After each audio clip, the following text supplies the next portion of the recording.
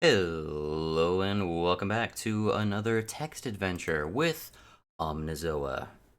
This game is called Slouching Towards Bedlam, and it appears to be a interactive fiction game jam entry. Let's jump in here. Once again, I don't know how long, how short, how in depth, or anything about these games. They basically have zero descriptions. But this is, once again, one of the more highly rated ones. The last couple highly rated ones, quote unquote, that we've done, at least according to the Interactive Fiction Database, have been very short, kind of punchy experiences. Punchy being a little bit generous, because there wasn't a whole lot to them, and they pretty much all kind of live and die on like a single twist. Let's see how this goes. This one apparently has some sort of historical alternate history setting. Clunk. The rotating tin cylinder within the phonograph vibrates slightly as a brass needle scrapes against it. The sound of a throat being cleared emerges from the machine's horn shell speaker, followed by a thin, haunting voice. March 16th. A deep, shaky breath. I dread to say it, but I believe I am going mad. The moments come more frequently now. I fear that I have found what I have sought, and I shall now pay the price for it. The scrape of a chair against flagstone, a sigh. Chaos treads the halls of Bedlam. Her work is evident everywhere. Slouching towards Bedlam. Office. A massive cedar desk, well polished and worn, looks elegantly out of place among the chaos. Papers, files, and books cover nearly every flat surface in the room. There is a phonograph on the table near the window. A black cube on wheels sits near the door to the south. All right, so it said new players type about. Oh, okay.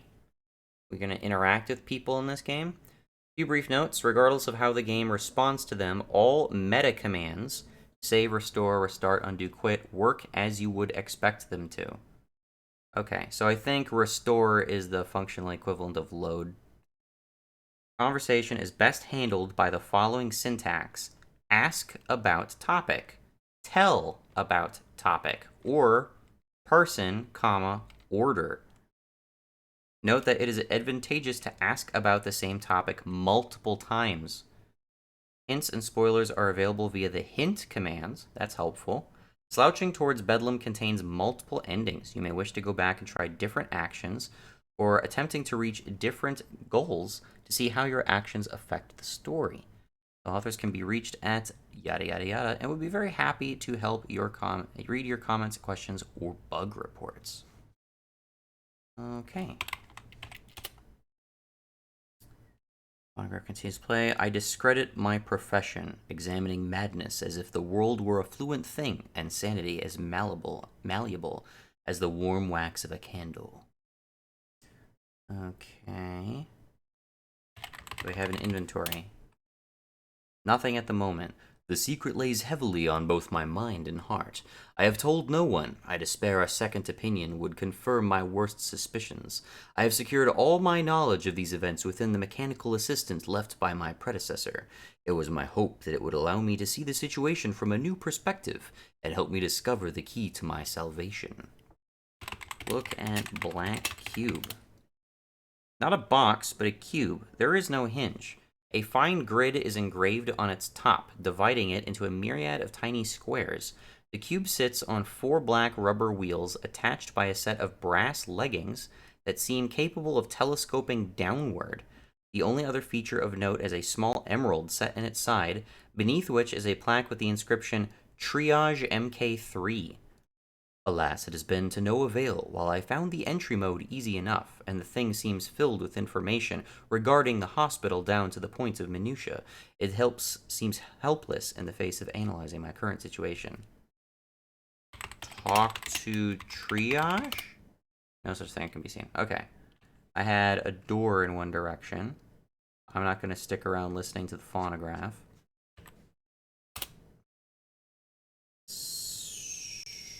What the fuck is this?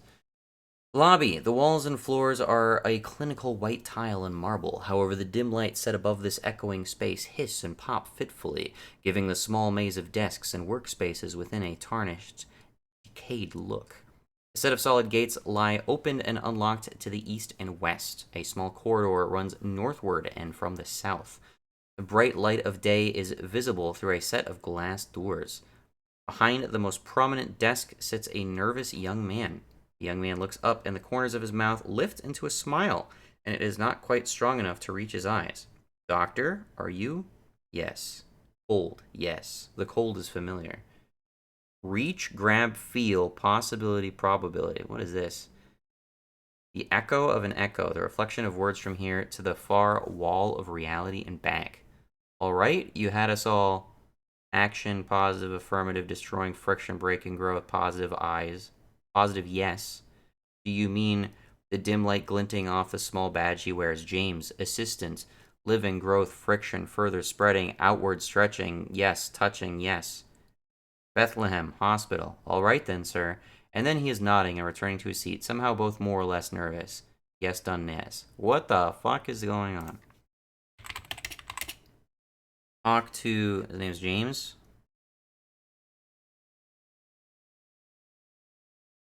James. Talk to James.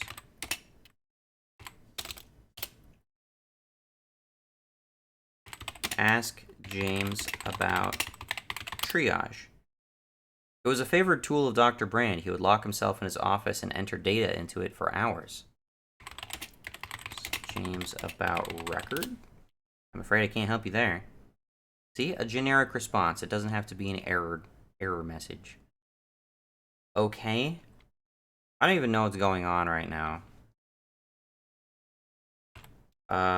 Look.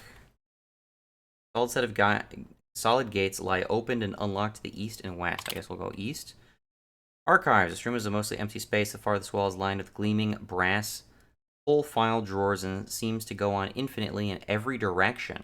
The entrance to the west opens onto a solid, dusty platform, which allows visitors to stand suspended above the unseen floor. At the end of the platform lies a pedestal topped with a small inverted onyx pyramid. Look at pyramid. Matte black and smooth, it is securely anchored to the pedestal at its inverted apex.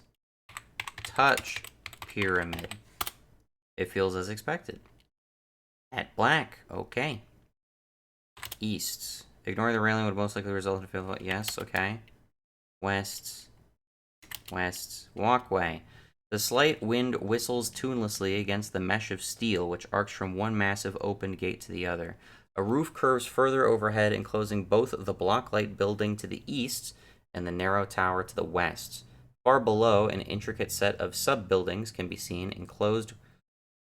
This is already sounding a bit complex. What am I doing here? The roof curves far overhead, enclosing both the block-light building to the east and the narrow tower to the west. Far below, an intricate set of sub-buildings can be seen. Where am I going? West? Circular chamber. Hum of machinery is ever present here, rumbling down in the subsonics. Pale white walls encircle a series of engraved circles on the floor and at the center, while the pupil of some great eye sits around console, which reaches all the way up to the ceiling. The room's single exit lies east. What to do with any of this? James sniffs. South. Courtyard. This walled-off area sits at the bottom of a massive staircase which leads to the building to the north. At its base is a sign reading Bethlehem Hospital Administration. The outer walls meet here, meeting at the distant gates, which sit to the southeast. Oh god, we got diagonal directions again. Flanking the top of the staircase on either side are two colossal statues. A handsome cab sits here with a tired old horse hitched to the front and its driver waiting patiently. When he hears footsteps clatter across the courtyard, the driver tilts his hat back and says, "Where to then, Doc?" with a smile. Let's see. Kill driver. A false destination is as easy as that. The cab turns down a vacant alley. Okay. It just interpreted driver and figured out what I am supposed to do for some reason. The cab turns down a vacant alley and that ends in a wall. Goes fast at first. Reggie yelps in surprise as the gloved fingers close around his throat. Wait, what? Oh, I'm actually killing him. Okay. A false destination. It is as easy as that. The cab turns down a vacant alley that ends in a wall. It goes fast at first. Reggie yelps in surprise as the gloved fingers close around his throat. He thrashes, but he is old and cannot overtake the grip that holds him fast. The most he manages is to turn around and stare with surprised, horrified eyes, his fingers clutching his throat, desperate to make room for air. It does not take long for the life to slide from behind his eyes, turning them to glass. Even still, the fingers keep gripping 2 minutes more to be sure. When they let go, Reggie's body slumps and falls to the ground. There's a sickening thump as bones break on impact and the carriage rolls to the stop. Alley. A narrow space between walls, barely enough for the cab to navigate. A handsome cab sits here with a tired old horse hitched to the front. You can see, also seen is Reggie's corpse. No! Let's see. Unhitch horse. Is not a recognized verb. Examine horse. Poor thing, she looks like she'll fall over any moment. Exactly, see? This is why we have to kill the cab driver to save the horse. Help horse. I only want to show the desire to help. No shit. Set horse free. Only desire to set Betsy. Free Betsy. Is not a recognized verb. Help Betsy. I don't understand the desire to help. It said Betsy, right? Talk to Betsy? The old eyes blink balefully once before turning away. Perhaps she wishes to be left alone. Does she? To be, hooked up to this carriage in an alley somewhere until she dies or whatever the fuck happens? I don't know what else to do. Look at Reggie. Corpse lies crumpled against the alley's wall. Search Reggie. Nothing of interest can be found on the body. Why gone missing part whole silent self. The cold creeps a little further. Whatever the hell that means. Okay. Well, we spared Betsy's life. We accomplished something. Where are we again? We're in an alley. Barely enough space to navigate. Hitched to the front. I don't know that I can do anything with the horse. I tried. South. East. West. North.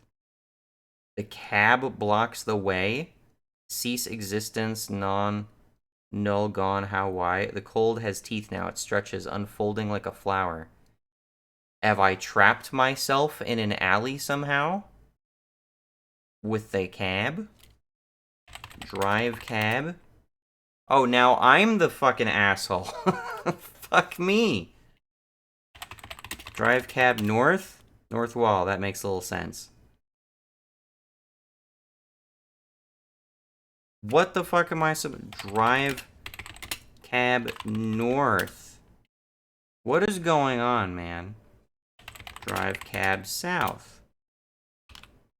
East. Oh, I could go east even though... What? East. A wall blocks the way. But a wall doesn't block the way. That makes a little sense. It will not be denied. It reaches, breathes. Am I going to die of the cold because I killed a horse here? Or tried to save a horse, rather? West. South. Okay, I'm trapped in an alley. I feel like I've soft-locked the game. Stop. Pain, killing, hurting children themselves. Stop. Kill Betsy. The old eyes blink balefully once before turning away. Perhaps she wishes to be left alone. Oh, hey, I had the option there. To spare the horse. Not to spare Reggie, though. Reggie had to die.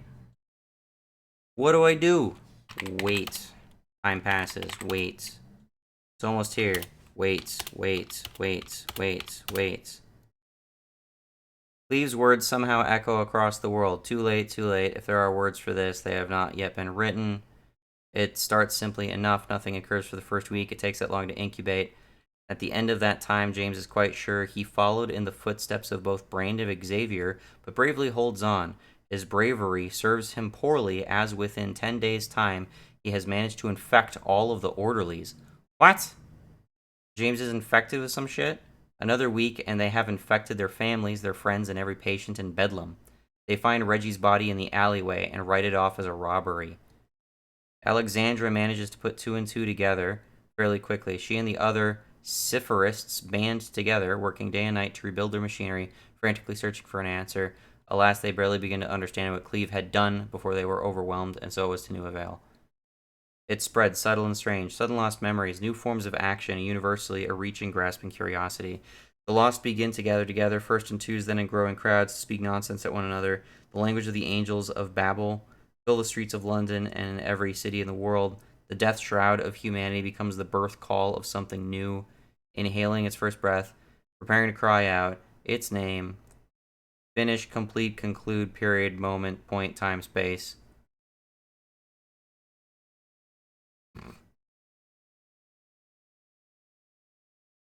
I really don't like this.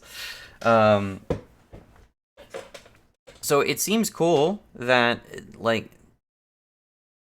this is kind of ending like a proper game would end, where it would like it tells you the ultimate consequences of your actions. I'm assuming I died of the cold or something, even though that was not communicated very clearly at all. And in fact, a lot of this is not communicating anything clearly at all. And what rough beasts! Its hour come round at last. Slouches toward Bethlehem. What the fuck is this shit? Why is this intermixing with all the bullshit I'm seeing throughout this game? It's fucking annoying and pretentious and stupid.